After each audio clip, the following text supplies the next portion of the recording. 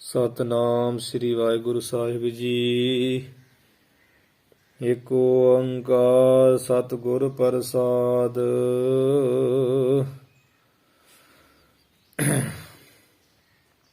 ਅਥ ਸ੍ਰੀ ਵਿਚਾਰ ਮਾਲਾ ਕਵ ਅਨਾਥਪੁਰੀ ਕ੍ਰਿਤ ਭਾਸ਼ਾ ਲਿਖਿਅਤੇ। ਅਥ ਪ੍ਰਥਮੋ ਵਿਸਰਾਮ ਕਥਤੇ। ਦੋਹਰਾ ਨਮੋ ਨਮੋ ਸ੍ਰੀ ਰਾਮ ਜੂ। ਸਤ ਚਿਤ ਆਨੰਦ ਰੂਪ ਜੇ ਜਾਣੇ ਜਗ ਸੁਆਪਨ ਵਤ। ਨਾਸੈ ਭ੍ਰਮ ਤਮ ਕੂਪ। ਇਕ ਓੰਕਾਰ ਸਤਿ ਗੁਰ ਪ੍ਰਸਾਦ। ਵਾਹਿਗੁਰੂ ਜੀ ਕਾ ਖਾਲਸਾ ਵਾਹਿਗੁਰੂ ਜੀ ਕੀ ਫਤਿਹ। ਸੋ ਆਪਾਂ ਗੁਰੂ ਸਾਹਿਬ ਦੀ ਕਿਰਪਾ ਨਾਲ ਵਿਚਾਰ ਮਾਲਾ ਗ੍ਰੰਥ ਪ੍ਰਾਰੰਭ ਕੀਤਾ ਹੈ, ਜਿਹਦੇ ਬਾਰੇ ਆਪਾਂ ਕੁਝ ਵਿਚਾਰ ਵੀ ਪੜ੍ਹ ਲਏ ਹੈ। ਉਥਾਨਕਾ ਵੀ ਪੜ੍ਹ ਲਈ ਸੀ। ਫਿਰ ਗ੍ਰੰਥ ਦੇ ਵਿੱਚ 4 ਅਨੁਬੰਧ ਤੇ ਗ੍ਰੰਥ ਰਚਨ ਦਾ ਸਮਾਂ, ਸਮਾਪਤੀ ਦਾ ਸਮਾਂ, ਉਹ ਵੀ ਆਪਾਂ ਪੜ੍ਹ ਵਿਚਾਰ ਲਿਆ ਸੀ ਵਿਦਿਆਰਥੀ ਰੂਪ ਵਿੱਚ ਹੀ।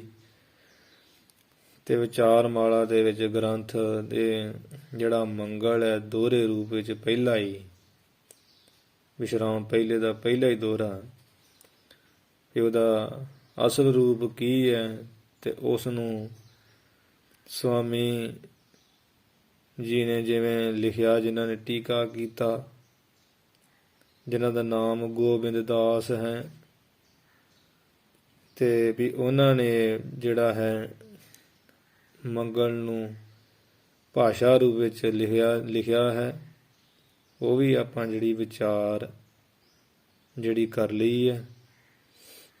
ਗੋਬਿੰਦ ਦਾਸ ਨੇ ਲਿਖਿਆ ਹੋਇਆ ਸੀ ਨਮੋ ਨਮੋ ਸ੍ਰੀ ਰਾਮ ਜੂ, ਜੋ ਉਹਦਾ ਸਹੀ ਰੂਪ ਹੈ ਪਹਿਲਾ ਵਿਚਾਰ ਮਾਲਾ ਚੋ ਸੱਚ ਦਾ ਆਨੰਦ ਰੂਪ ਆਇ ਸ੍ਰੀ ਰਾਮਾਯ ਨਮੋ ਨਮః। ਯ ਗਾਨੇ ਖੀਅਤੇ ਗਿਆਨੰ ਸੁਆਪਨ ਤੁਲੈ ਭਵੇ ਜਗਤ। ਇਹ ਸੀ।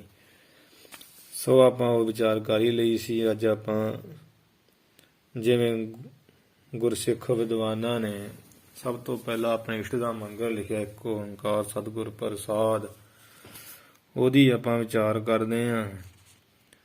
ਪਹਿਲੀ ਗੱਲ ਇਹ ਪਤਾ ਹੋਣਾ ਬਹੁਤ ਜ਼ਰੂਰੀ ਆ ਵੀ ਮੰਗਲ ਦਾ ਅਰਥ ਕੀ ਹੈ, ਮੰਗਲ ਕੀਤਾ ਕਿਉਂ ਜਾਂਦਾ। ਜਦੋਂ ਆਪਾਂ ਕਿਸੇ ਸ਼ੁਭ ਕਾਰਜ ਤੋਂ ਆਰੰਭ ਕਰਦੇ ਹਾਂ, ਪਹਿਲਾਂ ਅਰਦਾਸ ਆਪਣੇ ਇਸ਼ਟ ਅੱਗੇ ਪ੍ਰਾਰਥਨਾ ਅਰਜ਼ੋਈ ਜ਼ਰੂਰ ਕਰਦੇ ਹਾਂ, ਅਤੇ ਜ਼ਰੂਰੀ ਵੀ ਹੈ। ਇਸੇ ਤਰ੍ਹਾਂ ਵਿਦਵਾਨ ਜਨ ਸੰਤ ਮਹਾਤਮਾ ਜਦੋਂ ਕਿਸੇ ਗ੍ਰੰਥ ਦੀ ਆਰੰਭਤਾ ਕਰਦੇ ਆ ਤਦੋਂ ਮੰਗਲ ਕਰਦੇ, ਕਿਉਂਕਿ ਮੰਗਲ ਕਰਨਾ ਜ਼ਰੂਰੀ ਹੈ। ਤੇ ਜਿਹੜੇ ਗੁਣੀ ਜਨ ਵਿਦਵਾਨ ਉਹ ਮੰਗਲ ਕਰਨ ਦਾ 3 ਕਾਰਨ ਦੱਸਦੇ। ਉਂਝ ਦੇ ਕਈ ਕਾਰਨ ਆਪਾਂ ਥੋੜ੍ਹੇ ਰੂਪ ਵਿੱਚ ਹੀ, ਕਿਉਂਕਿ ਹਰ ਗ੍ਰੰਥ ਵਿੱਚ ਮੰਗਲ ਦੇ ਆਉਣੇ ਉੱਥੇ ਜਿੱਥੇ ਇੱਥੇ ਰਹਿ ਜੂ ਉੱਥੇ ਬੋਲ ਸਕਦੇ ਹਾਂ ਆਪਾਂ। ਵੀ ਉਹ 3 ਕਾਰਨ ਕੀ ਹੈ? ਵੀ ਇੱਕ ਤੇ ਨਿਰਵਿਘਨ, ਕੋਈ ਵਿਘਨ ਨਾ ਪਵੇ, ਕਿਉਂਕਿ ਚੰਗੇ ਕੰਮ 'ਚ ਵਿਘਨ ਬੜੇ ਪੈਂਦੇ। ਨਿਰਵਿਘਨਤਾ ਦੇ ਸਹਿਤ ਗ੍ਰੰਥ ਦੀ ਸਮਾਪਤੀ ਹੋ ਜਾਏ, ਇਸ ਕਰਕੇ ਮੰਗਲ ਕੀਤਾ ਜਾਂਦਾ ਇੱਕ ਤੇ। ਦੂਸਰਾ ਕਾਰਨ ਇਹ ਵੀ ਪੜ੍ਹਨ ਵਾਲੇ ਦੇ ਮਨ ਤੋਂ ਨਾਸਤਿਕ ਪੁਣੇ ਦੀ ਭ੍ਰਾਂਤੀ ਭਰਮ ਦੂਰ ਹੋ ਜਾਏ। ਪੜ੍ਹਨ ਵਾਲੇ ਨੂੰ ਪਤਾ ਲੱਗੇ ਵੀ ਇਹਦਾ ਕੋਈ ਇਸ਼ਟ ਹੈ, ਇਹਦਾ ਕੋਈ ਗੁਰੂ ਹੈ। ਕਿਤੇ ਇਹ ਨਾ ਸੋਚੇ ਵੀ ਸਿੱਧਾ ਗ੍ਰੰਥ ਸ਼ੁਰੂ ਕਰ ਦਿੱਤਾ, ਵੀ ਇਹ ਤਾਂ ਕਿਸੇ ਨੂੰ ਮੰਨਦਾ ਹੀ ਨਹੀਂ, ਇਹਦੇ ਆਪ ਹੀ ਰੱਬ ਬਣੀ ਬੈਠਾ। ਪੜ੍ਹਨ ਵਾਲੇ ਦੇ ਮਨ ਤੋਂ ਨਾਸਤਿਕ ਪੁਣਾ ਵੀ ਮੇਰੇ ਗੁਰੂ ਜਿਹਦਾ ਮੈਂ ਗ੍ਰੰਥ ਪੜ੍ਹਦਾ ਉਹਦਾ ਵੀ ਗੁਰੂ ਹੈ, ਉਹ ਵੀ ਪਰਮੇਸ਼ਰ ਨੂੰ ਮੰਨਣ ਵਾਲਾ। ਇਹ ਭ੍ਰਾਂਤੀ ਦੂਰ ਕਰਨ ਵਾਸਤੇ ਮੰਗਲ ਕੀਤਾ ਜਾਂਦਾ। ਤੇ ਤੀਸਰਾ ਕਾਰਨ ਹੈ ਵੀ ਗ੍ਰੰਥ ਲਿਖਣ ਤੋਂ ਬਾਅਦ ਅਖੀਰ ਤੇ ਅਕਿਰਤ ਪੁਣੇ ਦੇ ਦੋਸ਼ ਦੀ ਨਿਵਰਤੀ ਵਾਸਤੇ ਜਦੋਂ ਗ੍ਰੰਥ ਲਿਖਿਆ ਜਾਂਦਾ ਪਹਿਲਾਂ ਵੀ ਮੰਗਲ ਕਰੀਦਾ, ਸਮਾਪਤੀ ਦੇ ਮੰਗਲ ਕਰੀਦਾ। ਵੀ ਇੱਕ ਤਾਂ ਹੁੰਦਾ ਨਾ ਮਤਲਬ ਵੇਲੇ ਗ੍ਰੰਥ ਆਪਾਂ ਅਰਦਾਸ ਕਰ ਲੈਂਦੇ, ਫਿਰ ਸ਼ੁਕਰਾਨੇ ਵੇਲੇ ਕੋਈ ਨਹੀਂ ਇੱਥੇ ਵੜਦਾ, ਕਹਿੰਦੇ ਹੁਣ ਤੇ ਟਾਈਮ ਹੀ ਹੈ ਨਹੀਂ। ਇਹ ਪਹਿਲਾਂ ਤੇ ਅਖੀਰ ਤੇ ਮੰਗਲ ਤਾਂ ਕੀਤਾ ਜਾਂਦਾ ਵੀ ਮੇਰੇ 'ਚ ਅਕਿਰਤਪੁਣਾ ਨਹੀਂ ਹੈ, ਅਕਿਰਤ ਘਾਣਪੁਣਾ, ਵੀ ਮੈਂ ਆਪਣਾ ਕਾਰਜ ਸਿੱਧ ਕਰਕੇ ਯਾਦ ਨਹੀਂ ਕੀਤਾ ਆਪਣੇ ਇਸ਼ਟ ਨੂੰ, ਨਹੀਂ ਮੈਂ ਯਾਦ ਕੀਤਾ ਹੈ ਤਾਂ ਮੰਗਲ ਕੀਤਾ ਜਾਂਦਾ। ਇਹ ਤਿੰਨ ਕਾਰਨ ਵਿਦਵਾਨ ਮੰਨਦੇ ਆ। ਮੰਗਲ ਦਾ ਅਰਥ ਵਿਦਵਾਨਾਂ ਨੇ ਸੰਧੀਕਰਨ ਕਰਕੇ ਇਹ ਕਰਦੇ ਵੀ ਮੰਗ ਦਾ ਅਰਥ ਮੰਗਣਾ, ਲਾ ਦਾ ਅਰਥ ਲੈਣਾ, ਮੰਗ ਕੇ ਲੈਣਾ, ਭਾਵ ਆਪਣੇ ਇਸ਼ਟ ਦੇਵ ਜਿਹਦਾ ਮੰਗਲ ਕਰਨੇ ਉਹਦੇ ਪਾਸੋਂ ਜੋ ਵੀ ਮੰਗ ਆਪਣੀ ਗ੍ਰੰਥ ਲਿਖਣ ਦੀ ਕੋਈ ਵੀ, ਉਹ ਮੰਗ ਲੈ ਕੇ, ਉਹ ਮੰਗ ਕਰਕੇ ਆਪਣੇ ਇਸ਼ਟ ਤੋਂ ਜਿਹੜੀ ਦਾਤ ਚਾਹੀਦੀ ਉਹ ਦਾਤ ਲਾ ਕਹੀਏ ਲੈਣੀ, ਮੰਗ ਕੇ ਦਾਤ ਲੈਣੀ ਆਪਣੇ ਇਸ਼ਟ ਤੋਂ, ਉਹਨੂੰ ਕਹੀਦਾ ਮੰਗਲ। ਸੰਸਕ੍ਰਿਤ ਵਿੱਚ ਵਿਦਵਾਨਾਂ ਨੇ ਦਾ ਅਰਥ ਹੋਰ ਵੀ ਕੀਤਾ, ਉਹਦਾ ਲੱਛਣ ਉਹਨਾਂ ਸਿੱਧ ਕੀਤਾ। ਮਮੰ ਅਸ਼ੁਭਮ ਗਾਲਯਤੀ ਸ਼ੁਭਮ ਲਾਯਤੀ ਇਤੀ ਮੰਗਲਮ। ਮਮੰ ਅਸ਼ੁਭਮ ਗਾਲਯਤੀ, ਇਹਦਾ ਅਰਥ ਹੈ ਵੀ ਮਮੰ ਕਹੀਏ ਮੇਰੇ, ਇਹਦਾ ਮੈਂ ਸੰਸਕ੍ਰਿਤ 'ਚ ਪੜ੍ਹਾਂਗੇ ਤਾਂ ਮਮੰ ਇਵੇਂ ਪੜ੍ਹਿਆ ਜਾਏਗਾ। ਜੇ ਉਹੀ ਸ਼ਬਦ ਪੰਜਾਬੀ 'ਚ ਲਿਖਿਆ ਜਾਏਗਾ ਤੇ ਆਪਾਂ ਪੜ੍ਹਾਂਗੇ ਮਮੰ, ਜਿਵੇਂ ਸੈਪੰ ਪੜ੍ਹਦੇ। ਮਮੰ ਅਰਥ ਮੇਰੇ, ਮੇਰੇ ਜਿਹੜੇ ਅਸ਼ੁਭਮ ਭਾਵ ਸ਼ੁਭ ਤੋਂ ਰਹਿਤ, ਚੰਗੇ ਗੁਣਾਂ ਤੋਂ ਰਹਿਤ, ਭਾਵ ਮੇਰੇ ਜਿਹੜੇ ਔਗੁਣ ਆ ਨਾ ਉਹ ਗਾਲਯਤੀ, ਉਹ ਗਾਲ ਦਿਓ, ਇਹ ਮੇਰੇ ਪਰਮੇਸ਼ਰ ਮੇਰੇ ਇਸ਼ਟ ਜੀ ਉਹ ਗਾਲ ਦਿਓ। ਤੇ ਸ਼ੁਭਮ ਲਾਯਤੀ, ਮੇਰੇ ਮਨ ਨੂੰ ਜਾਂ ਮੇਰੇ ਵਿੱਚ ਜਿਹੜੇ ਸ਼ੁਭ ਗੁਣ ਆ, ਚੰਗੇ ਗੁਣ ਆ, ਲਾਯਤੀ ਉਹ ਲਾ ਦਿਓ, ਉਹ ਪ੍ਰਗਟ ਕਰ ਦਿਓ। ਇਤੀ ਮੰਗਲ, ਇਤੀ ਇਸ ਨੂੰ ਮੰਗਲ ਕਿਹਾ ਜਾਂਦਾ ਹੈ। ਜਿਹੜੀ ਐਸੀ ਅਰਦਾਸ ਕਰਨੀ ਨਾ ਵੀ ਮੇਰੇ ਅਸ਼ੁਭ ਗੁਣ ਗਾਲ ਦਿਓ ਤੇ ਸ਼ੁਭ ਗੁਣ ਮੈਨੂੰ ਲਾ ਦਿਓ, ਦੇ ਦਿਓ, ਐਸੀ ਜਿਹੜੀ ਅਰਦਾਸ ਕਰਨੀ ਉਹਦਾ ਨਾਮ ਮੰਗਲ ਹੈ। ਇਹ ਗੁਣੀ ਜਾਨ ਵਿਦਵਾਨ ਜਿਨ੍ਹਾਂ ਨੇ ਮੰਗਲਾਂ ਦੇ ਇਵੇਂ ਕਈ ਲੱਛਣ ਕਰਦੇ ਆ, ਆਪਾਂ ਨੂੰ ਜਿੰਨੀ ਸਮਝ ਪੈਣ ਦੀ ਆਪਾਂ ਵੀ ਕਰ ਰਹੇ ਹਾਂ ਗੁਰੂ ਦੀ ਕਿਰਪਾ ਨਾਲ ਹੀ, ਤਾਂ ਜੋ ਵਿਦਿਆਰਥੀ ਸੁਣਨ, ਪੜ੍ਹਨ, ਵਿਚਾਰਨ ਤੇ ਉਹਨਾਂ ਨੂੰ ਕਿਤੇ ਹੋਰ ਜਾਣ ਦੀ ਜ਼ਰੂਰਤ ਨਾ ਪਵੇ। ਇਸ ਵਿੱਚ ਵੀ ਨਿਬੇੜਾ ਹੋ ਜਾਏ ਵੀ ਇੰਨਾ ਹੀ ਬਹੁਤ ਹੈ। ਤੇ ਜਿਹੜੇ ਵਿਦਵਾਨ ਗੁਣੀ ਜਨ ਮਹਾਂਪੁਰਸ਼ ਉਹ ਮੰਗਲ ਚਾਰ ਪ੍ਰਕਾਰ ਦੇ ਮੰਨਦੇ। ਇੱਕ ਹੈ ਨਮਸਕਾਰ ਆਤਮਿਕ ਮੰਗਲ, ਨਮਸਕਾਰ ਆਤਮਿਕ ਮੰਗਲ, ਇਹਦਾ ਅਰਥ ਕੀ ਹੁੰਦਾ ਵੀ ਜਿਸ ਮੰਗਲ 'ਚ ਆਤਮਿਕ ਆਪਣੇ ਇਸ਼ਟ ਦੇਵ ਨੂੰ ਨਮਸਕਾਰ ਕੀਤੀ ਹੋਵੇ। ਸਿੱਧਾ ਅਰਥ ਨਮਸਕਾਰ ਮੰਗਲ, ਜਿਹਦੇ ਵਿੱਚ ਨਮਸਕਾਰ ਕੀਤੀ ਹੋਵੇ ਉਹਨੂੰ ਕਹੀਦਾ ਨਮਸਕਾਰ ਮੰਗਲ। ਦੂਸਰਾ ਵਸਤੂ ਨਿਰਦੇਸ਼ ਮੰਗਲ, ਜਿਸ ਮੰਗਲ 'ਚ ਵਸਤੂ ਕਹੀਏ ਬ੍ਰਹਮ ਦੇ ਸਰੂਪ ਦਾ ਹੀ ਨਿਰਦੇਸ਼ ਕਥਨ ਕੀਤਾ ਹੋਵੇ ਉਹਨੂੰ ਕਹੀਦਾ ਵਸਤੂ ਨਿਰਦੇਸ਼ ਮੰਗਲ। ਇੱਕ ਓੰਕਾਰ ਸਤਿਗੁਰ ਪ੍ਰਸਾਦ, ਇਹ ਵਸਤੂ ਨਿਰਦੇਸ਼ ਮੰਗਲ ਜਦੋਂ ਆਪਾਂ ਪਹਿਲਾ ਅਰਥ ਕਰਨਾ ਵੀ ਇੱਕੋ ਜੋ ਅਦੁੱਤੀ ਬ੍ਰਹਮ ਹੈ ਤੇ ਸਤ ਚੇਤਨ ਆਨੰਦ ਸਰੂਪ ਹੈ। ਇੱਕ ਜੋ ਅਦੁੱਤੀ ਬ੍ਰਹਮ ਸਰਬ ਦਾ ਪ੍ਰਕਾਸ਼ਕ ਸਤ ਚੇਤਨ ਆਨੰਦ ਸਰੂਪ। ਜਦੋਂ ਨਿਰਗੁਣ ਸਰੂਪ ਦਾ ਮੰਗਲ ਕਰਨਾ ਉਹ ਇੱਕ ਓੰਕਾਰ ਸਤਿਗੁਰ ਪ੍ਰਸਾਦ, ਇਹ ਵਸਤੂ ਨਿਰਦੇਸ਼ ਮੰਗਲ ਹੈ। ਜੇ ਨਿਰਗੁਣ ਸਰਗੁਣ ਸਰੂਪ ਦਾ ਇਕੱਠਾ ਹੀ ਕਰਨਾ ਤੇ ਉਹ ਵੀ ਮੰਗਲ ਹੀ ਹੈ, ਵਸਤੂ ਨਿਰਦੇਸ਼ ਹੀ ਹੈ, ਕਿਉਂਕਿ ਗੌਰ ਪਰਮੇਸ਼ਰ ਇੱਕ ਹੋ ਜਾਣੀ। ਆਸ਼ੀਰਵਾਦ ਮੰਗਲ, ਤੀਸਰਾ ਮੰਗਲ, ਜਿਸ ਮੰਗਲ ਵਿੱਚ ਆਪਣੇ ਇਸ਼ਟ ਦੇ ਪੂਜਨਿਕ ਨੂੰ ਮਨਾਉਣ ਵਾਲੇ ਗੁਰੂ ਨੂੰ ਅਸੀਸ ਵੀ ਮਹਾਰਾਜ ਮੈਨੂੰ ਅਸੀਸਾਂ ਬਖਸ਼ੋ ਇਹ ਮੰਗ ਕੀਤੀ ਹੋਵੇ, ਆਸ਼ੀਰਵਾਦ ਮੰਗਲ ਹੈ ਉਹ। ਤੇ ਚੌਥਾ ਮੰਗਲ ਹੈ ਆਤਮ ਚਿੰਤਨ ਮੰਗਲ, ਜਿਸ ਮੰਗਲ ਵਿੱਚ ਆਤਮਾ ਕਹੀਏ ਆਪਣੇ ਸਰੂਪ ਦਾ ਚਿੰਤਨ ਕੀਤਾ ਹੋਵੇ। ਆਤਮ ਚਿੰਤਨ, ਆਪਣੇ ਆਤਮਾ ਕਹੀਏ, ਆਪਣੇ ਸਰੂਪ ਦਾ ਚਿੰਤਨ ਵੀ ਮੇਰਾ ਆਤਮਾ ਕੀ ਪਰਮਾਤਮਾ ਕੀ, ਮੇਰਾ ਆਤਮਾ ਇੱਕ ਹੋ ਜਾਏ। ਜਿਹਦੇ ਵਿੱਚ ਚਿੰਤਨ ਕੀਤਾ ਜਾਏ ਉਹ ਆਤਮ ਚਿੰਤਨ ਮੰਗਲ ਹੁੰਦਾ। ਗੁਰੂ ਅਰਜਨ ਸਾਹਿਬ ਜੀ ਮਹਾਰਾਜ ਦੀ ਏਡੀ ਮਹਾਨ ਵਿਦਵਤਾ, ਸੱਚੇ ਪਾਤਸ਼ਾਹ ਜੀ ਦੀ, ਉਹ ਵੀ ਇੱਕ ਆਪਾਂ ਕਹਿ ਰਹੇ ਤਾਂ ਗੁਰੂ ਸਵਰਗਾ ਕੌਣ ਗਿਆਨੀ ਕੋਈ ਨਹੀਂ। ਇਹ ਜਿਹੜਾ ਚਾਰੇ ਮੰਗਲ 52 ਅੱਖਰੀ ਬਾਣੀ 'ਚ ਸਤਿਗੁਰੂ ਜੀ ਨੇ ਰੱਖੇ ਆ ਸਲੋਕ ਦੇ ਵਿੱਚ। ਡੰਡੌਤ ਬੰਦਨ ਅਨਕ ਬਾਰ, ਜਿਹੜੀ ਅਨੇਕਾਂ ਬਾਰ ਡੰਡੌਤ ਡੰਡੇ ਵਾਂਗ ਬੰਦਨਾ ਕਰਦੇ, ਇਹ ਗਿਆ ਨਮਸਕਾਰ ਆਤਮਿਕ ਮੰਗਲ। ਨਮਸਕਾਰ ਹੀ ਨਾ ਡੰਡੌਤ ਬੰਦਨਾ ਕਰਨੀ। ਸਰਬ ਕਲਾ ਸਮਰੱਥ, ਉਹ ਕੌਣ? ਪਰਮਾਤਮਾ ਹੀ ਹੈ ਸਰਬ ਕਲਾ ਸਮਰੱਥ। ਇੱਥੇ ਵਸੂ ਨਿਰਦੇਸ਼ ਮੰਗਲ ਹੋ ਗਿਆ। ਜਿਹੜਾ ਡੋਲਣ ਤੇ ਰੱਖੋ ਪ੍ਰਭੂ, ਇਹ ਆਸ਼ੀਰਵਾਦ ਮੰਗਲ ਹੋ ਗਿਆ ਵੀ ਮਹਾਰਾਜ ਮੈਂ ਡੋਲਣਾ, ਆਸ਼ੀਰਵਾਦ ਦਿਓ। ਆਤਮ ਚਿੰਤਨ ਮੰਗਲ, ਉਹ ਕਿਹੜਾ? ਨਾਨਕ ਦੇ ਕਰ ਹੱਥ। ਕਰ ਦਾ ਅਰਥ ਜੀਵ ਤੇ ਹੱਥ ਦਾ ਅਰਥ ਬ੍ਰਹਮ।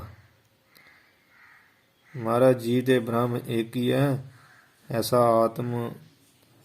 ਐਸਾ ਜੀਵ ਤੇ ਬ੍ਰਹਮ ਇੱਕਮਿਕ ਹੋ ਜਾਏ। ਭਾਵ ਮੇਰਾ ਜਿਹੜਾ ਜੀਵ ਹੈ ਉਹ ਬ੍ਰਹਮ ਹੀ ਹੈ।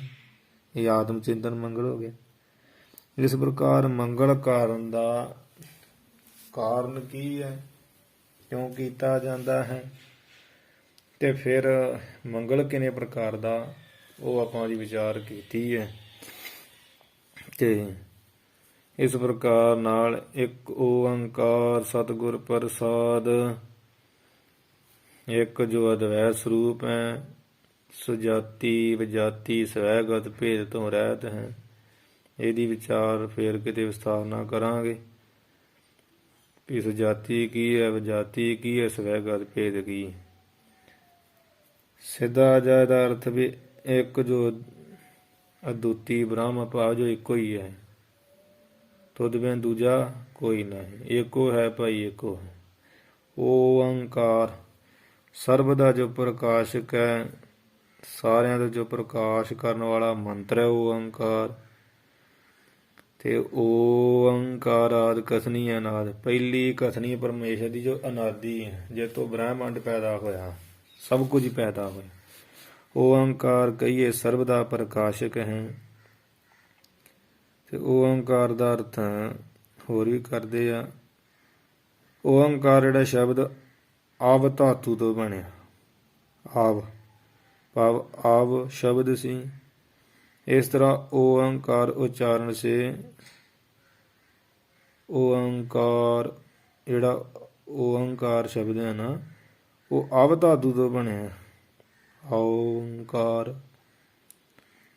ਇਹ ਜਿਹੜਾ ਓੰਕਾਰ ਸ਼ਬਦ, ਇਹਨੂੰ ਉਚਾਰਨ ਕਰੀਏ ਓੰਕਾਰ ਓੰਕਾਰ, ਇਹ ਓੰਕਾਰ ਉਚਾਰਨ ਮਾਤਰੀ, ਭਾਵ ਉਚਾਰਨ ਦੇ ਨਾਲ ਹੀ ਆਵ ਨਾਮ ਦਾ ਰੱਖਿਆ ਹੁੰਦੀ। ਜਿਹੜੇ ਓੰਕਾਰ ਜਪਦੇ ਆ ਨਾ, ਸਾਡੇ ਗੁਰੂ ਨੇ ਓੰਕਾਰ ਦਾ ਨਾਮ ਵਾਹਿਗੁਰੂ ਰੱਖ ਦਿੱਤਾ। ਜਿਹੜੇ ਵਾਹਿਗੁਰੂ ਜਪਦੇ ਉਹਨਾਂ ਦੀ ਰੱਖਿਆ ਹੁੰਦੀ। ਇੱਕ ਓੰਕਾਰ ਦੇ ਸੰਖੇਪ ਵਿੱਚ ਅਰਥ, ਸਤ ਗੁਰ ਪ੍ਰਸਾਦ। ਸਤ ਦਾ ਅਰਥ ਵੀ ਵੱਖਰਾ ਹੀ, ਪਾਠ ਵੀ ਸਤ ਆਡੀ। ਸਤ ਜੋ ਤਿੰਨਾਂ ਕਾਲਾਂ 'ਚ ਜਿਹਦਾ ਨਾਸ ਨਾ ਹੋਵੇ, ਉਹਨੂੰ ਕਹਿੰਦਾ ਸਤ ਸਰੂਪ। ਜੋ ਆਦਿ ਸੱਚ ਜੁਗਾਦ ਸੱਚ ਹੈ ਵੀ ਸੱਚ, ਨਾਨਕ ਹੋਸੀ ਵੀ ਸੱਚ। ਤੋ ਪਰਮਾਤਮਾ ਹੀ ਨਾਸ ਨਹੀਂ ਹੁੰਦਾ। ਇਹਦਾ ਲੱਛਣ ਕੀਤਾ ਸੰਸਕ੍ਰਿਤ ਵਿੱਚ ਤ੍ਰਈ ਕਾਲ ਬਾਦਤਵੰ ਇਤੀ ਸਤ ਹੈ। ਉਹ ਤ੍ਰਈ ਕਾਲ ਬਾਦਤਵੰ ਸਤਵੰ ਐਵੇਂ ਵੀ ਕੀਤਾ ਜਾਂਦਾ, ਜਿਹਦਾ ਤਿੰਨਾਂ ਕਾਲਾਂ ਵਿੱਚ ਬਾਦ ਨਾ ਹੋਵੇ। ਜਿਵੇਂ ਰੱਸੀ ਦਾ ਬਾਦ ਹੋ ਹੀ ਜਾਂਦਾ ਨਾ, ਉਹ ਰੱਸੀ ਪਹਿਲਾਂ ਹੁੰਦੀ ਆ, ਗਿਆਨ ਕਰਕੇ ਸੱਪ ਦਿਸੀ ਜਾਂਦੀ ਹੈ। ਜਦੋਂ ਦੇਖਿਆ ਵੀ ਇਹਦੇ ਚਾਨਣ ਵਿੱਚ ਵੀ ਇਹਦੇ ਸੱਪ ਨਹੀਂ, ਇਹਦੇ ਰੱਸੀ, ਉਹ ਸੱਪ ਦਾ ਰੱਸੀ ਵਿੱਚ ਹੀ ਬਾਦ ਹੋ ਗਿਆ। ਇਸ ਕਰਕੇ ਉਹਦਾ ਤੇ ਬਾਦ ਹੋ ਜਾਂਦਾ, ਪਰਮੇਸ਼ਰ ਦਾ ਬਾਦ ਨਹੀਂ ਹੁੰਦਾ। ਗੁਰ ਜੋ ਤ੍ਰੈ ਕਾਲ ਬਾਦ, ਤਿੰਨਾਂ ਕਾਲਾਂ ਜਿਹਦਾ ਬਾਦ ਨਾ ਹੋਵੇ, ਉਹਨੂੰ ਕਹਿੰਦਾ ਸਤ। ਗੁਰ ਕਹੀਏ ਚੇਤਨ ਸਰੂਪ। ਚੇਤਨ ਕਹੀਦਾ ਪ੍ਰਕਾਸ਼ ਨੂੰ, ਜੋ ਆਪ ਪ੍ਰਕਾਸ਼ ਰੂਪ ਹੈ ਤੇ ਹੋਰਨਾਂ ਨੂੰ ਪ੍ਰਕਾਸ਼ ਦੇਵੇ, ਉਹਨੂੰ ਕਹੀਦਾ ਚੇਤਨ। ਤੇ ਗੁਰ ਚੇਤਨ ਸਰੂਪ ਹੈ। ਤੇ ਗੋਹ ਦਾ ਅਰਥ ਹੋਰ ਵੀ ਸੂਖਮ ਤੌਰ ਦੇ, ਗੋਹ ਨਾਮ ਹਨੇਰੇ ਦਾ, ਉਹ ਕਿਹੜਾ ਅਗਿਆਨ ਦਾ ਹਨੇਰਾ, ਤੇ ਰੂਹ ਨਾਮ ਪ੍ਰਕਾਸ਼ ਦਾ, ਉਹ ਪ੍ਰਕਾਸ਼ ਜਿਹੜਾ ਗਿਆਨ ਦਾ, ਜੋ ਅਗਿਆਨ ਦੇ ਹਨੇਰੇ ਨੂੰ ਕੱਟ ਕੇ ਗਿਆਨ ਦਾ ਰੂਹ ਪ੍ਰਕਾਸ਼ ਕਰ ਦੇਵੇ, ਉਸ ਨੂੰ ਕਹੀਏ ਗੁਰ। ਪ੍ਰਸਾਦ, ਪ੍ਰਸਾਦ ਨਾਮ ਆਨੰਦ ਸਰੂਪ ਹੈ। ਸਤਿਗੁਰ ਸਤ ਚੇਤਨ ਸਰੂਪ ਹੈ, ਗੁਰ ਚੇਤਨ ਸਰੂਪ ਹੈ, ਸਤ ਤ੍ਰੈ ਕਾਲ ਬਾਦ ਸਰੂਪ ਹੈ, ਤੇ ਪ੍ਰਸਾਦ ਆਨੰਦ ਸਰੂਪ ਹੈ। ਇੱਕ ਜੋ ਦੁਤੀ ਬ੍ਰਹਮ ਹੈ, ਉਹ ਓੰਕਾਰ ਸਰਬ ਦਾ ਪ੍ਰਕਾਸ਼ਕ ਹੈ।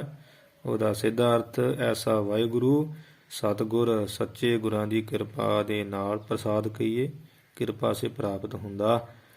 ਤੇ ਉਹ ਸਤਿਗੁਰੂ ਕਿਹੜੇ? ਸਤਿਪੁਰਖ ਜਿਨ ਜਾਣਿਆ ਸਤਿਗੁਰ ਤਿਸ ਕਾ ਨਾਉ, ਨਾਨਕ ਗੁਰੂ ਗੁਰੂ ਹੈ ਪੂਰਾ, ਮਿਲ ਸਤਿਗੁਰ ਨਾਮ ਧਿਆਇਆ।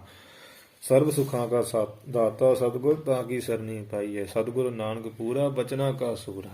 ਗੁਰੂ ਨਾਨਕ ਸਾਹਿਬ ਹੀ ਸਤਿਗੁਰੂ, ਦਸੇ ਗੁਰੂ ਸਾਹਿਬਾਨ, ਗੁਰੂ ਗ੍ਰੰਥ ਸਾਹਿਬ। ਐਸੇ ਸਤਿਗੁਰਾਂ ਦੀ ਕਿਰਪਾ ਨਾਲ ਇੱਕ ਓੰਕਾਰ ਪਰਮੇਸ਼ਰ ਦੀ ਪ੍ਰਾਪਤੀ ਹੈ। ਅਤ ਸ੍ਰੀ ਵਿਚਾਰ ਮਾਲਾ ਕਵ ਅਨਾਥਪੁਰੀ ਕ੍ਰਿਤ ਭਾਸ਼ਾ ਲਿਖੇ ਅਤੇ ਇਹ ਜਿਹੜੇ ਪੁਰਾਤਨ ਖਰੜੇ ਆ ਵਿਚਾਰ ਮਾਲਾ ਦੇ, ਉੱਥੇ ਇਹ ਲਿਖਿਆ ਹੁੰਦਾ। ਜਿਹੜੇ ਆਮ ਤੇ ਅੱਜ ਕੱਲ੍ਹ ਟੀਕਿਆਂ ਵਿੱਚ ਇਵੇਂ ਹੀ ਆ ਵੀ ਅਤ ਸ੍ਰੀ ਵਿਚਾਰ ਮਾਲਾ ਲਿਖੇ ਅਤੇ ਇਹ ਹੁਣ ਅਸੀਂ ਸ੍ਰੀ ਵਿਚਾਰ ਮਾਲਾ ਗ੍ਰੰਥ ਲਿਖਦੇ ਹਾਂ। ਅਤ ਸ਼ਬਦ ਹੀ ਬੜੀ ਵਿਚਾਰ, ਆਪਾਂ ਸੂਖਮ ਰੂਪ ਵਿੱਚ ਹੀ ਇੱਥੇ ਕਰਦੇ ਹਾਂ ਵੀ ਅਤ ਸ੍ਰੀ ਵਿਚਾਰ ਮਾਲਾ।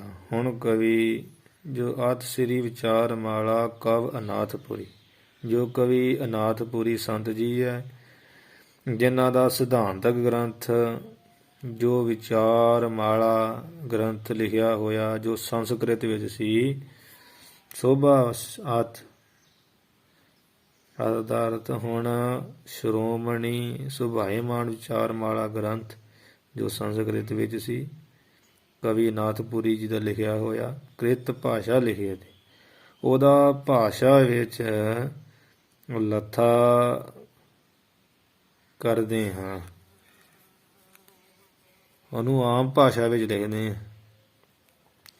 ਇਹਦਾ ਲੱਥਾ ਕਹਿੰਦੇ ਸਵਾਮੀ ਹਰਨਾਮ ਦਾਸ ਜੀ ਨੇ ਲਿਖਿਆ, ਉਹ ਲਿਖਦੇ ਆ ਵੀ ਉਸਦਾ ਜੋ ਸੰਸਕ੍ਰਿਤ ਵਿੱਚ ਗ੍ਰੰਥ ਵਿਚਾਰ ਮਾਲਾ, ਉਹਦਾ ਹੀ ਭਾਸ਼ਾ ਵਿੱਚ ਲੱਥਾ ਲਿਖਦੇ ਹਾਂ ਸਵਾਮੀ ਹਰਨਾਮ ਦਾਸ ਜੀ।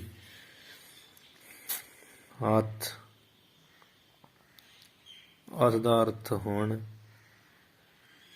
ਸ੍ਰੀ ਜੋ ਸ਼੍ਰੋਮਣੀ ਹੈ, ਸੋਭਾਏਮਾਨ ਸੋਭਾ ਵਾਲਾ, ਵਿਚਾਰ ਮਾਲਾ ਕਈ ਵਿਚਾਰ ਦਾ ਅਰਥ ਹੁੰਦਾ ਖਿਆਲ, ਭਾਵ ਜਿਹੜੀ ਸ੍ਰੇਸ਼ਟ ਸਤ ਅਸਤ ਦੇ ਨਿਰਣੇ ਦੀ ਵਿਚਾਰ ਮਾਲਾ,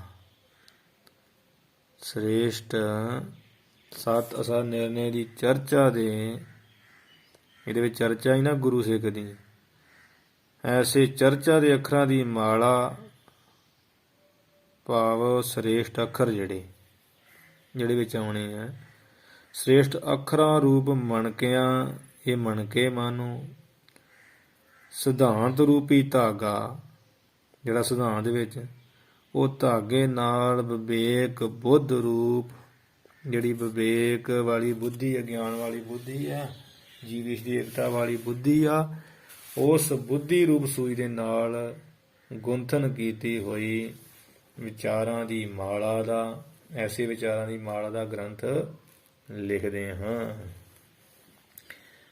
ਇਹ ਵਿਦਵਾਨ ਇਵੇਂ ਅਰਥ ਕਰਦੇ ਇਹਦਾ। ਉਂਝ ਵਿਚਾਰ ਮਾਲਾ ਗ੍ਰੰਥ ਦੇ ਜਿਹੜੇ ਆ ਹੋਰ ਵੀ ਅਰਥ ਕੀਤੇ ਜਾਂਦੇ। ਵਿਚਾਰ ਮਾਲਾ, ਇਹ ਜਿਹੜਾ ਪਦ ਹੈ ਨਾ ਵਿਚਾਰ ਮਾਲਾ, ਇਹਦੇ ਆਪਾਂ ਤਾਂ ਹੁਣ ਗ੍ਰੰਥ ਥੋੜ੍ਹੇ ਅਰਥ ਸੂਖਮ ਰੂਪ ਵਿੱਚ ਕਰ ਸਕਦੇ ਹਾਂ ਢੰਗ ਨਾਲ, ਕਿਉਂਕਿ ਵਿਚਾਰ ਮਾਲਾ ਗ੍ਰੰਥ ਹੀ ਆਪਾਂ ਪ੍ਰਾਰੰਭ ਕੀਤਾ, ਉਹਦੇ ਬਾਰੇ ਪਤਾ ਹੋਣਾ ਚਾਹੀਦਾ ਸਾਨੂੰ। ਵਿਚਾਰ ਮਾਲਾ ਪਦ ਦੇ ਅਰਥ ਵੀ ਇਸ ਤਰ੍ਹਾਂ ਹੁੰਦੇ ਆ ਵੀ ਉਂਝ ਵਿਚਾਰ ਮਾਲਾ ਦਾ ਲਫ਼ਜ਼ੀ ਅਰਥ ਜਿਹੜਾ ਵਿਦਵਾਨ ਕਰਦੇ ਆ ਉਹ ਇੰਨਾ ਵੀ ਸਤ ਦੀ ਵਿਚਾਰ ਦੀ ਮਾਲਾ। ਵਿਚਾਰ ਦਾ ਅਰਥ ਇਹੀ ਹੈ ਵਿਵੇਕ ਵਿਚਾਰ, ਸਤ ਅਸਾਦੀ ਵਿਚਾਰ ਮਾਲਾ। ਵਿਚਾਰ ਕੀ ਵੀ ਸੱਤ ਤੇ ਅਸੱਤ। ਭਾਵ ਇਸ ਗ੍ਰੰਥ ਵਿੱਚ ਸੱਤ ਅਸਾਦੀ ਵਿਚਾਰ ਹੈ, ਐਸੀ ਮਾਲਾ ਹੈ। तो सच की है ब्रह्म सच्चा है, ते झूठा की है जगत, जग रचना सब झूठ है, ते परमेश्वर आत सच जुगाद सच है। विचार माला का पहला अर्थ तो यही है जिहड़ा विद्वान करदे लफजी अर्थ है कि जिस विच सत असत की विचार है, ऐसे विचारां की जो माला उन्होंने कहिए विचार माला। ਤੇ ਦੂਜਾ ਵਿਚਾਰ ਮਾਲਾ ਪਦ ਦਾ ਸ਼ਬਦ ਦਾ ਅਰਥ ਇਹ ਇੰਜ ਵੀ ਬਣਦਾ ਵਿਚਾਰਮ, ਇਸ ਵਿਚਾਰਮ ਇਕੱਠਾ ਕਰ ਲੈਣਾ ਤੇ ਕੰਨਾਂ ਵਿੱਚ ਨਿਕਲ ਆਉਣਾ ਐੜਾ, ਉਹ ਆੜੇ ਦੇ ਨਾਲ ਕੰਨਾਂ ਲੱਗ ਗਿਆ, ਬਣ ਗਿਆ ਲੱਲੇ ਕੰਨਾ ਆਲਾ, ਵਿਚਾਰਮ ਆਲਾ। ਭਾਵੇਂ ਗ੍ਰੰਥ ਸਤ ਅਸਤ, ਸੱਚ ਝੂਠ, ਭਾਵ ਬ੍ਰਹਮ ਜਗਤ ਦੀ ਵਿਚਾਰ ਦਾ ਆਲਾ ਕਹੀਏ ਘਰ ਹੀ ਆ। ਸੱਚ ਝੂਠ ਸੱਚ ਦੀ ਸਾਰ ਅਸਾਰ ਦੀ ਵਿਚਾਰ ਦਾ ਮਾਲਾ ਦਾ ਇਹ ਵਿਚਾਰ ਦਾ ਆਲਾ ਕਹੀਏ ਇਹ ਘਰ ਹੈ। ਤੀਜਾ ਅਰਥ ਵਿਚਾਰ ਪਦ ਦਾ, ਵਿਚਾਰ ਮਾਲਾ ਪਦ ਦਾ ਇੰਜ ਵੀ ਬਣਾ ਲੈਂਦੇ ਵਿਦਵਾਨ ਵੀ ਆੜਾ ਵਵੇ ਹੁਸ਼ਿਆਰੀਏ ਵੱਖਰਾ ਕਰ ਲੈਣਾ ਵੇ ਤੇ ਅਚਾਰ, ਹਰ ਇੱਕ ਮੁਕਤੇ ਅੱਖਰ ਚੌੜਾ ਨਿਕਲਦਾ ਵੇ ਅੱਡ ਕਰਕੇ ਤੇ ਨਿਕਲਿਆ ਵਿੱਚੋਂ ਵਾਵੇ ਚੋਂ ਐੜਾ, ਉਹ ਬਣ ਗਿਆ ਕਿ ਅਚਾਰਮ। ਵੇ ਅੱਡ ਕਰਕੇ ਐੜਾ ਨਿਕਲ ਗਿਆ ਵਿੱਚੋਂ ਤੇ ਅਚਾਰਮ, ਉਹ ਮਾਲਾ ਵਾਲਾ ਮੰਮਾ ਜਿਹੜਾ ਉਹ ਇੱਧਰ ਜੋੜ ਲੈਣਾ ਚਾਰ ਦੇ ਨਾਲ, ਉਹ ਬਣ ਗਿਆ ਅਚਾਰਮ। ਤੇ ਆਲਾ ਨਾਮ ਹੁੰਦਾ ਉੱਚੇ ਦਾ, ਵੇ ਨਾਮ ਹੁੰਦਾ ਉਲਟੇ ਦਾ, ਵੇ ਨਾਮ ਉਲਟੇ ਦਾ, ਅਚਾਰਮ ਨਾਮ ਆਚਰਣ ਦਾ ਤੇ ਆਲਾ ਨਾਮ ਉੱਚੇ ਦਾ।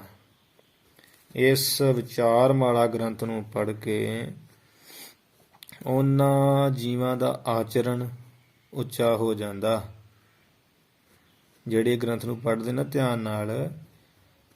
ਉਹ ਪੜ੍ਹਨ ਨਾਲ ਜਿਹੜਾ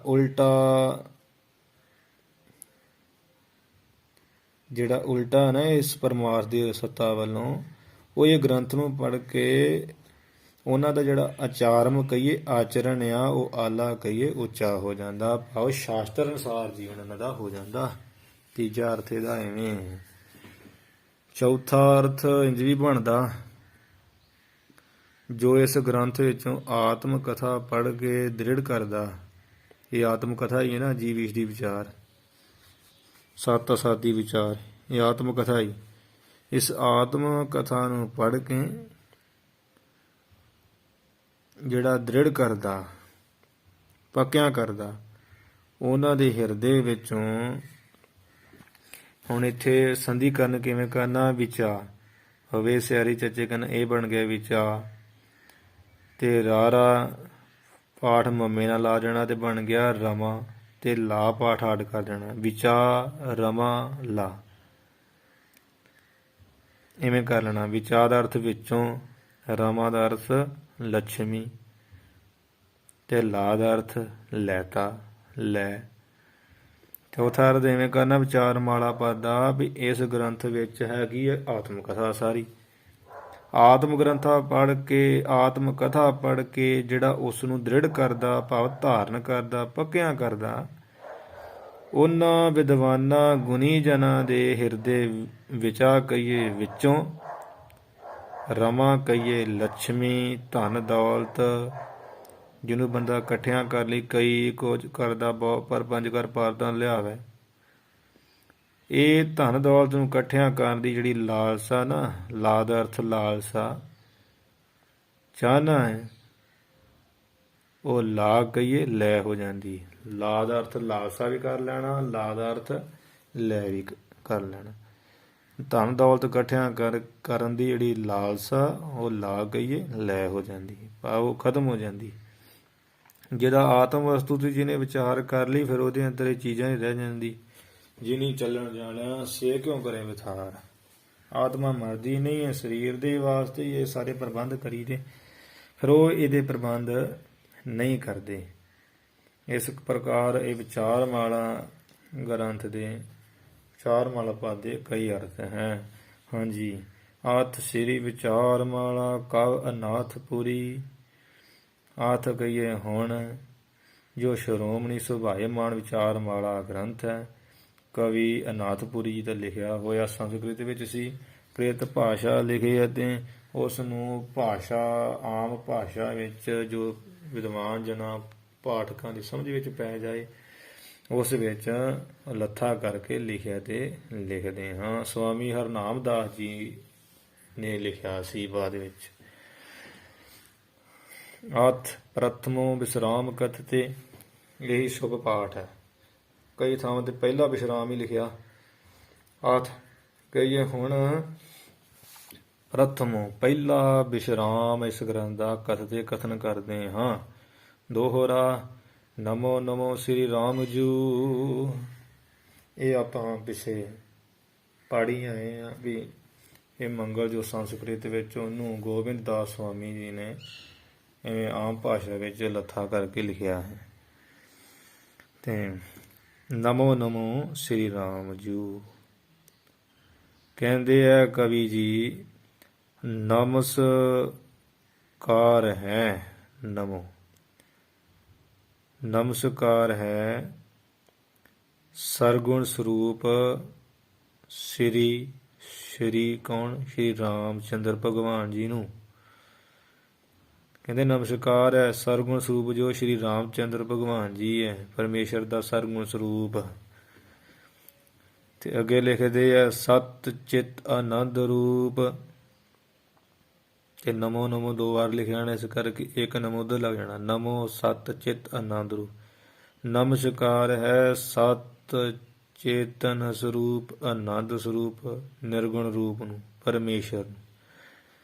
ਭਾਵ ਸਤ ਚੇਤਨ ਆਨੰਦ ਰੂਪ ਬ੍ਰਹਮ ਵਾਹਿਗੁਰੂ ਜੋ ਸਾਰੇ ਹੀ ਰਾਮ ਕਹੀਏ ਰਮਿਆ ਹੋਇਆ, ਅਤੇ ਸਾਰੇ ਜੂ ਕਹੀਏ ਜੀਵਾਂ ਨੂੰ ਸ੍ਰੀ ਕਹੀਏ ਮੁਕਤੀ ਦੇਣ ਵਾਲਾ, ਉਹਨੂੰ ਨਿਮਰਤਾ ਸਹਿਤ ਸਾਡੀ ਨਮਸਕਾਰ ਹੈ। ਨਮੋ ਨਮੋ ਸ੍ਰੀ ਰਾਮ ਜੂ, ਸਿੱਧਾ ਅਰਥ ਵੀ ਨਮਸਕਾਰ ਹੈ ਸ਼੍ਰੋਮਣੀ ਸੋਭਾ ਵਾਲੇ ਸ਼੍ਰੀ ਰਾਮ ਚੰਦਰ ਭਗਵਾਨ ਜੀ ਨੂੰ, ਜੋ ਸਰਗੁਣ ਸਰੂਪ ਹੈ ਪਰਮੇਸ਼ਰ ਦਾ। ਸਤ ਚੇਤ ਆਨੰਦ ਰੂਪ, ਜੋ ਸਤ ਚੇਤਨ ਆਨੰਦ ਸਰੂਪ ਭਾਵ ਨਿਰਗੁਣ ਸਰੂਪ ਹੈ, ਉਹ ਕੀ ਹੈ? ਪਰਮੇਸ਼ਰ ਹੈ, ਉਸ ਨੂੰ ਸਾਡੀ ਨਮਸਕਾਰ ਹੈ। ਤੇ ਇਹਦਾ ਭਾਵਿਕ ਅਰਥ ਐਵੇਂ ਕਿ ਸਤ ਚੇਤਨ ਆਨੰਦ ਸਰੂਪ ਬ੍ਰਹਮ ਜੋ ਹੈ, ਤੇ ਰਾਮ ਜੀ ਦਾ ਇੱਕ ਨਾਮ ਰਾਮ ਭਾਵ ਜੋ ਰਮੰਤੀ ਹੈ, ਰਮਤ ਰਾਮ ਸਭ ਰਹਿਓ ਸਮਾਈ, ਉਹ ਰਮਿਆ ਹੋਇਆ, ਰਾਮ ਰਮਿਆ ਹੋਇਆ ਹੈ। ਤੇ ਜੋ ਸਾਰੇ ਜੂ ਕਹੀਏ ਜੀਵਾਂ ਨੂੰ, ਜੂ ਦਾ ਅਰਥ ਇੱਥੇ ਜੀਵਾਂ ਨੂੰ ਲੈਣਾ, ਸਾਰੇ ਜੀਵਾਂ ਨੂੰ ਸ੍ਰੀ ਦਾ ਅਰਥ ਹੁੰਦਾ ਸ਼੍ਰੇਯ, ਥਰੇ ਦਾ ਅਰਥ ਹੁੰਦਾ ਮੁਕਤੀ, ਜੋ ਮੁਕਤੀ ਦੇਣ ਵਾਲੇ ਹੈ ਸਤ ਚੇਤਨ ਆਨੰਦ ਸਰੂਪ ਬ੍ਰਹਮ ਪਰਮੇਸ਼ਰ, ਉਸ ਨੂੰ ਸਾਡੀ ਨਮਸਕਾਰ ਨਿਮਰਤਾ ਦੀ ਸਹਿਤ। ਨਮੋ ਨਮੋ ਦਾ ਅਰਥ, ਇੱਕ ਨਮੋ ਦਾ ਅਰਥ ਲੈਣਾ ਪਹਿਲੇ ਦਾ ਨਿਮਰਤਾ ਸਹਿਤ, ਦੂਜੇ ਦਾ ਅਰਥ ਲੈਣਾ ਨਮੋ ਨਮਸਕਾਰ ਹੈ। ਐਵੇਂ ਇਹਦਾ ਅਰਥ ਬਣ ਜਾਂਦਾ ਹੈ। ਨਮੋ ਨਮੋ ਸ੍ਰੀ ਰਾਮ ਜੂ, ਸੋਭਾ ਵਾਲੇ ਰਾਮਚੰਦਰ ਜੂ ਕਹੀਏ ਜੀ ਭਗਵਾਨ ਨੂੰ ਮੇਰੀ ਮਨ ਕਰਕੇ ਨਮੋ ਨਮਸਕਾਰ ਹੈ, ਬਾਣੀ ਕਰਕੇ ਸਰੀਰ ਕਰਕੇ ਵੀ ਨਮੋ ਕਹੀਏ ਨਮਸਕਾਰ ਹੈ। ਸਤ ਚਿਤ ਆਨੰਦ ਰੂਪ, ਜੋ ਸਤ ਨਾਸ਼ ਤੋਂ ਰਹਿਤ, ਚਿਤ ਚੇਤਨ ਤੇ ਆਨੰਦ ਸਰੂਪ ਪ੍ਰਭੂ ਦਾ ਹੀ ਰੂਪ ਹਨ, ਉਹਨਾਂ ਨੂੰ ਸਾਡੀ ਨਮਸਕਾਰ ਹੈ, ਨਮਸਕਾਰ ਹੈ। ਜੇ ਜਾਣੇ ਜਗ ਸੁਆਪਨ ਵਤ, ਜਿਸ ਬ੍ਰਹਮ ਨੂੰ, ਜਿਸ ਬ੍ਰਹਮ ਦੇ ਜੇ ਜਾਣੇ, ਜੇ ਦਾ ਅਰਥ ਜਿਸ। ਜਿਸ ਬ੍ਰਹਮ ਦੇ ਜਾਣੇ ਜਾਣਨ ਨਾਲ ਜਾਣਨੇ ਕਰਕੇ ਜਗ ਸੁਆਪਨਵਤ, ਸਾਰਾ ਜਿਹੜਾ ਜਗ ਸੰਸਾਰ ਹੈ ਉਹ ਸੁਆਪਨ ਸੁਪਨੇ ਦੇ ਵੱਤ ਵਾਂਗ ਨਿਆਈ ਮਿਥਿਆ ਪ੍ਰਤੀਤ ਹੋਣ ਲੱਗ ਜਾਂਦਾ। ਫਿਰ ਤੇ ਬ੍ਰਹਮ ਦੀਸੈ ਬ੍ਰਹਮ ਸੁਣੀ ਹੈ। ਜਦੋਂ ਬ੍ਰਹਮ ਨੂੰ ਜਾਣ ਲਿਆ ਸਾਰਾ ਸੰਸਾਰ ਸੁਪਨੇ ਦੀ ਨਿਆਈ ਪ੍ਰਤੀਤ ਹੋਣ ਲੱਗ ਜਾਂਦਾ। ਅਤੇ ਨਾਸੈ ਭ੍ਰਮਤਮ ਕੂਪ, ਭਰਮ ਰੂਪੀ ਜਿਹੜਾ ਤਮ ਕਹੀਏ ਹਨੇਰਾ, ਕੂਪ ਕਹੀਏ ਖੂਹ, ਭਰਮ ਰੂਪੀ ਹਨੇਰੇ ਵਾਲਾ ਅੰਨਾ ਖੂਹ ਖਾਤਾ ਟੋਇਆ, ਉਸ ਦਾ ਵੀ ਜਿਹੜਾ ਨਾਸੈ ਨਾਸ ਹੋ ਜਾਂਦਾ। ਇਹ ਸੰਸਾਰ ਕੀ ਭਰਮ ਰੂਪ ਹੈ। ਇਹ ਸੰਸਾਰ ਭਰਮ ਰੂਪ ਕਰਕੇ ਅੰਨੇ ਖੂਹ ਦੀ ਨਿਆਈ ਜਿਵੇਂ ਦੁੱਖ ਰੂਪ ਹੈ।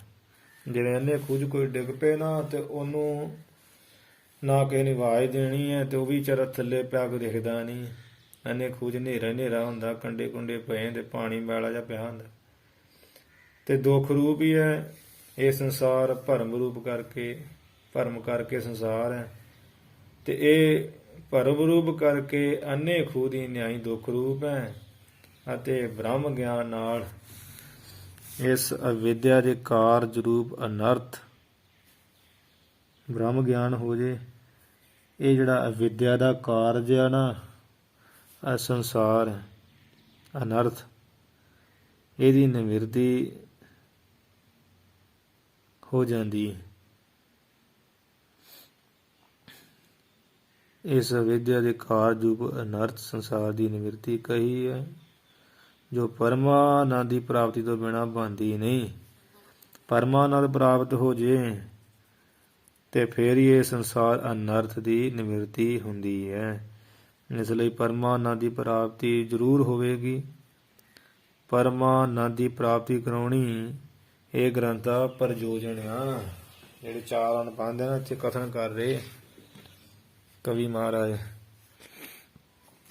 ਜੇ ਜਾਣੇ ਜਗ ਸੁਆਪਨਵਤ, ਜਿਸ ਨੂੰ ਜਾਣਨੇ ਕਰਕੇ ਜਗ ਜਿਹੜਾ ਸੰਸਾਰ ਆ ਉਹ ਸੁਪਨੇ ਦੀ ਵੱਧ ਕਹੀਏ ਨਿਆਈ ਪ੍ਰਤੀਤ ਹੋਣ ਲੱਗ ਜਾਂਦਾ।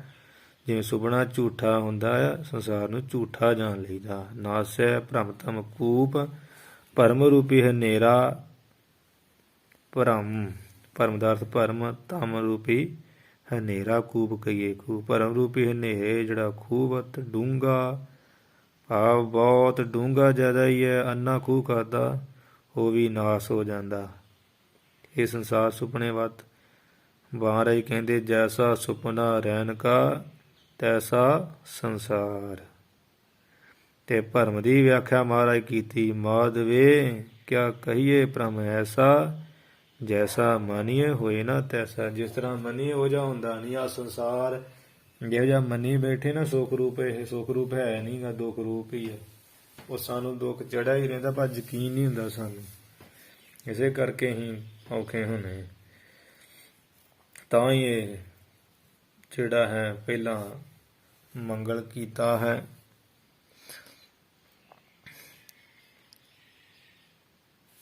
ਕਵੀ ਜੀ ਨੇ ਇੱਥੇ ਜਿਹੜਾ ਪਹਿਲਾ ਇਹ ਦੋਹਰਾ, ਇਹਦੇ ਵਿੱਚ ਪ੍ਰਯੋਜਨ ਅਨੁਬੰਧ ਕਥਨ ਕੀਤਾ ਵੀ ਪਰਮਾਨੰਦ ਦੀ ਪ੍ਰਾਪਤੀ ਤੇ ਜਿਹੜਾ ਅਵਿਦਿਆ ਦਾ ਕਾਰਜ ਹੈ ਨਾ, ਅਵਿਦਿਆ ਦਾ ਕੀਤਾ ਹੋਇਆ ਅਨਰਥ ਸੰਸਾਰ, ਇਹਦੇ ਦੁੱਖ ਦੀ ਨਿਵਿਰਤੀ ਕਹੀ ਇਸ ਗ੍ਰੰਥ ਵਿੱਚ। ਬ੍ਰਹਮ ਨੂੰ ਜਾਣਨਾ, ਬ੍ਰਹਮ ਨੂੰ ਜਾਣ ਕੇ ਸੰਸਾਰ ਸੁਪਨੇ ਨਿਆਈ ਜਾਣ ਜਦੋਂ ਦਿਖ ਪਿਆ, ਇਹਦੀ ਨਿਵਿਰਤੀ ਹੋ ਗਈ ਤੇ ਭਰਮ ਰੂਪੀ ਖੂਹ ਵੀ ਨਾਸ ਹੋ ਗਿਆ ਤੇ ਦੁੱਖ ਕੋਈ ਰਹਿ ਨਹੀਂ ਜਾਣਾ। ਪਰਮਾਨੰਦ ਦੀ ਪ੍ਰਾਪਤੀ ਬਣ ਜਾਣੀ। ਪਰਮਾਨੰਦ ਦੀ ਪ੍ਰਾਪਤੀ ਹੋ ਗਈ ਤੇ ਬਸ ਸਭ ਸੁੱਖ ਹੀ ਸੁੱਖ ਹੈ। ਤੇ ਪਰਮਾਨੰਦ ਦੀ ਪ੍ਰਾਪਤੀ ਕਹਿੰਦੇ ਵੀ ਜ਼ਰੂਰ ਹੋਊਗੀ। ਪਰਮਾਨੰਦ ਦੀ ਪ੍ਰਾਪਤੀ ਕਰਾਉਣੀ ਇਹ ਗ੍ਰੰਥ ਦਾ ਪ੍ਰਯੋਜਨ ਆ। ਇਹੀ ਇਹਦਾ ਮਤਲਬ ਆ। ਇਸ ਕਰਕੇ ਭਾਈ ਪਰਮਾਨੰਦ ਦੀ ਪ੍ਰਾਪਤੀ ਕਰਨੀ ਹੈ। ਇਸ ਗ੍ਰੰਥ ਨੂੰ ਵਿਚਾਰ ਨਾਲ, ਡੂੰਘਾਈ ਨਾਲ ਪੜ੍ਹੋ, ਵਿਚਾਰੋ। ਸੋ ਆਪਾਂ ਅੱਜ ਇੱਥੇ ਜਿਹੜੀ ਸਾਰੀ ਖੁੱਲ੍ਹ ਕੇ ਵਿਚਾਰ ਕੀਤੀ ਆ, ਜਿਹੜੇ ਬੜੇ ਵਿਸਥਾਰ ਨਾਲ ਜਿੰਨੀ ਕੁ ਸਮਝ ਪਈ ਹੈ। ਤੇ ਮੰਗਲ ਕਿੰਨੇ ਪ੍ਰਕਾਰ ਦਾ ਉਹ ਵੀ ਆਪਾਂ ਪੜ੍ਹ ਲਿਆ। ਤੇ ਮੰਗਲ ਕੀਤਾ ਕਿਉਂ ਜਾਂਦਾ ਹੈ ਉਹ ਵੀ ਪੜ੍ਹ ਲਿਆ ਹੈ। ਮੰਗਲ ਕਰਨ ਦੇ ਕਾਰਨ ਕੀ ਹੈ, ਮੰਗਲ ਦੀ ਕਥਾ ਵਿਚਾਰ ਵੀ ਕਰ ਲਈ ਹੈ। ਗ੍ਰੰਥ ਜਿਹੜਾ ਪ੍ਰਾਰੰਭ ਕਰ ਲਿਆ ਤੇ ਫਿਰ ਵਿਚਾਰ ਮਾਲਾ ਭਾਦੂ ਤੇ ਜਿਹੜੇ ਅਰਥ ਵੀ ਕੀਤੇ ਆ, ਜਿੰਨੀ ਕੁ ਸਮਝ ਮਾਰਨੇ ਪਾਈ। ਤੇ ਪਹਿਲੇ ਦੋਹਰੇ ਦਾ ਅਰਥ ਹੀ ਆਪਾਂ ਕਰ ਲਿਆ ਹੈ, ਜਿਹਦੇ ਵਿੱਚ ਪਰਜੋਜਨ ਅਨੁਬੰਧ ਕਵੀ ਜੀ ਨੇ ਕਥਨ ਕੀਤਾ।